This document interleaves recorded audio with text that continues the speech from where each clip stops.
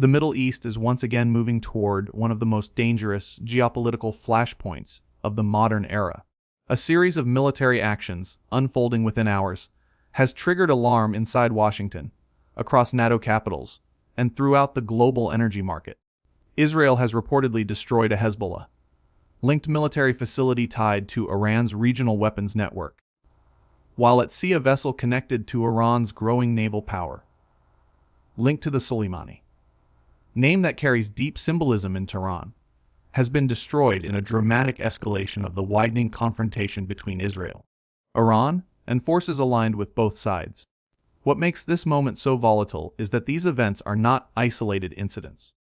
They are part of a rapidly expanding conflict system, stretching from Lebanon and Syria to the Persian Gulf and the Indian Ocean. Intelligence analysts describe it as a network war, a battlefield without a single front line where proxy forces, naval operations, cyber attacks, and strategic airstrikes are all unfolding simultaneously. For years, Israel has warned that Iran has been constructing what Israeli military planners call a ring of fire. That ring includes Hezbollah in Lebanon, militias in Syria and Iraq, Houthi forces in Yemen, and other groups capable of launching missiles, drones, and rocket attacks against Israeli territory or Western assets. Hezbollah, in particular, represents the most immediate threat. The group possesses tens of thousands of rockets and missiles positioned just north of Israel's border, many capable of striking major population centers, including Tel Aviv and Haifa. When Israel conducts strikes against Hezbollah infrastructure, it is rarely just about the building that was destroyed. It is about the weapons network behind it. The weapons shipments, storage depots, command centers, and intelligence hubs that allow Hezbollah to function as Iran's most powerful regional proxy. Now add another dimension: the maritime battlefield. In recent years, Iran has dramatically expanded its unconventional naval capabilities. Instead of relying only on traditional warships, the Islamic Revolutionary Guard Corps has developed mobile sea platforms capable of carrying drones, surveillance equipment, and missile systems. Some of these vessels operate as floating intelligence hubs, monitoring shipping lanes and coordinating activities with allied militias across the region. One of the ships linked to this strategy carried the name Soleimani, referencing Qasem Soleimani, the powerful commander of Iran's Quds force who was killed in a U.S. drone strike in 2020. His name carries enormous symbolic importance within Iran's military establishment, representing both the expansion of Iran's regional influence and its confrontation with the United States. The destruction of a ship tied to that legacy is therefore not just a tactical event. It is symbolic. It signals that the conflict is no longer confined to isolated missile exchanges or covert operations. Instead, it is spilling into multiple domains: air, land, sea, and potentially cyberspace.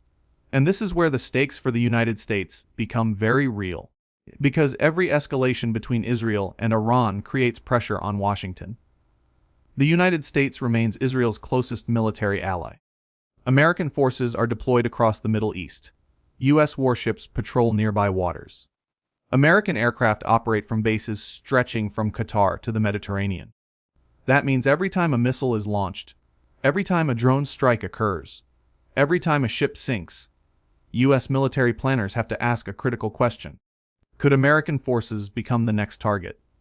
The facts emerging from the battlefield paint a picture of a conflict widening at multiple levels. Israeli strikes targeting Hezbollah positions in Lebanon have intensified as the group increases its rocket fire into northern Israel. In response, Israeli forces have carried out air operations aimed at destroying command centers, weapons depots, and logistics hubs used by Hezbollah fighters. At the same time, the maritime situation has taken a dramatic turn. A major Iranian vessel associated with the name Soleimani was reportedly sunk by a U.S. submarine using a torpedo strike in the Indian Ocean. The ship was heavily armed and carrying more than 100 personnel when it went down, marking the first U.S. torpedo attack on an enemy warship in decades. This event alone represents a significant shift in the rules of engagement. Naval warfare between the United States and Iran has historically been limited to brief confrontations or defensive actions. But a direct torpedo strike against an Iranian vessel sends a powerful message: The maritime dimension of this conflict is escalating, and the timing could not be more dangerous. The region is already facing disruption in one of the most strategically important waterways on the planet, the Strait of Hormuz. This narrow channel connects the Persian Gulf to the global ocean and carries roughly 1/5 of the world's oil supply.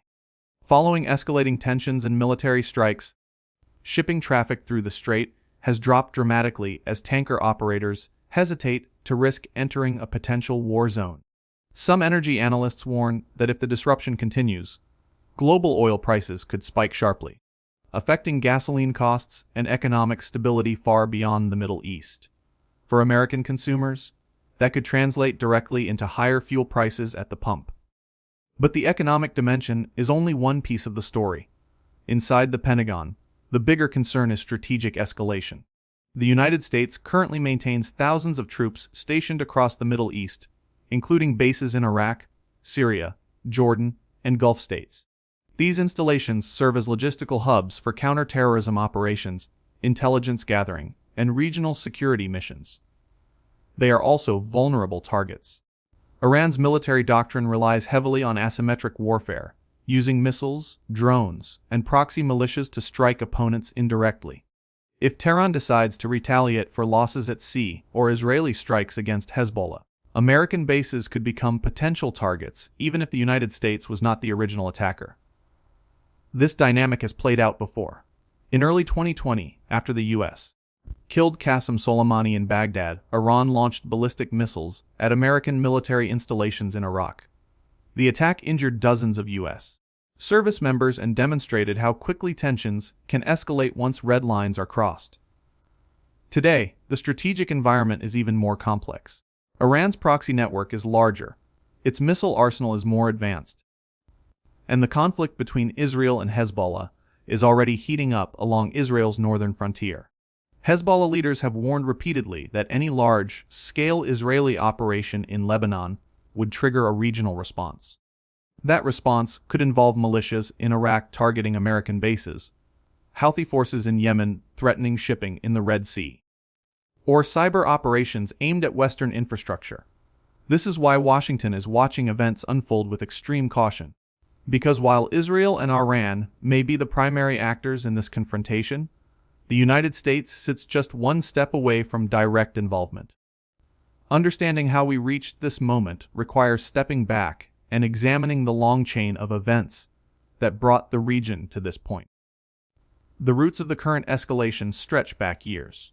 The shadow war between Israel and Iran has been simmering across the Middle East through proxy conflicts, covert assassinations, and targeted strikes on military infrastructure.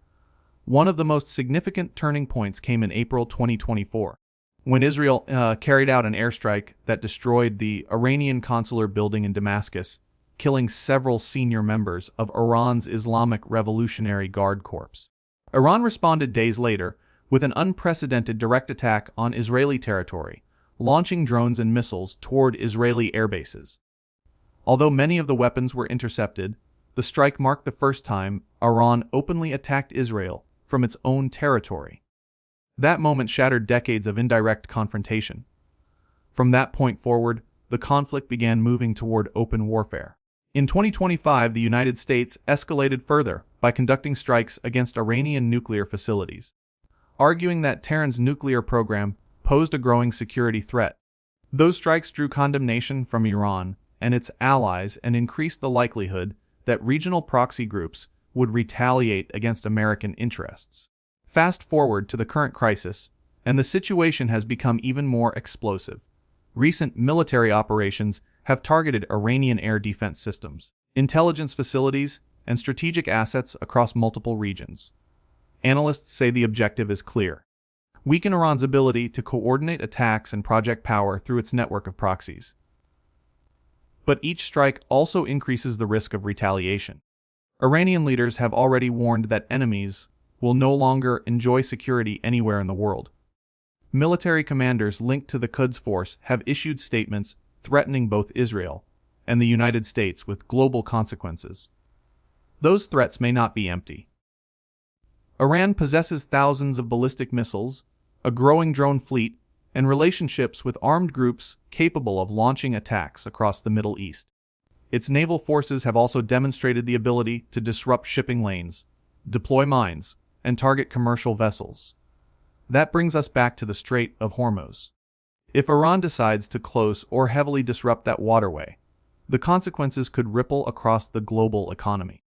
Roughly 20% of the world's oil supply passes through the strait every day, making it one of the most strategically important choke points on Earth.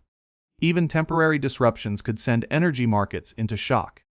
And if American warships move to reopen the passage, as they have in previous crises, the risk of direct naval clashes between the U.S. and Iran would increase dramatically. So what happens next? Military strategists often outline three potential paths when tensions reach this level. The first possibility is limited escalation. Under this scenario, Israel continues targeted strikes against Hezbollah infrastructure and Iranian assets, while Iran responds indirectly through proxy groups. The conflict remains intense but controlled, with both sides avoiding direct all-out war. The second possibility is broader regional war.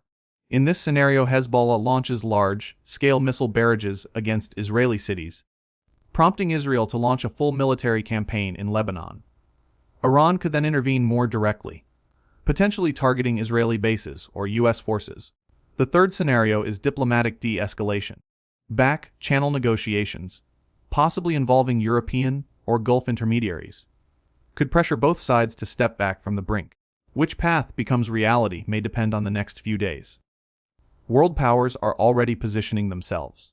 Russia and China have called for restraint and criticized Western military actions against Iran. European governments are urging diplomatic dialogue while preparing contingency plans in case energy supplies are disrupted.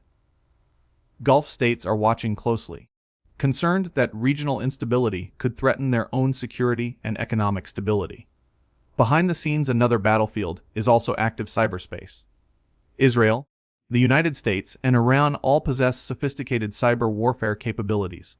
Cyber operations could target financial systems, energy infrastructure, or military networks in an attempt to disrupt opponents without escalating into full-scale military confrontation. Intelligence agencies are also engaged in a silent struggle. Mossad, the CIA, and Iran's intelligence services are all racing to track movements of weapons, commanders, and covert operatives across the region. The outcome of these hidden battles could shape decisions on the visible battlefield. For the United States, the stakes could not be higher. A full-scale regional war involving Israel and Iran would almost certainly draw American forces into the conflict.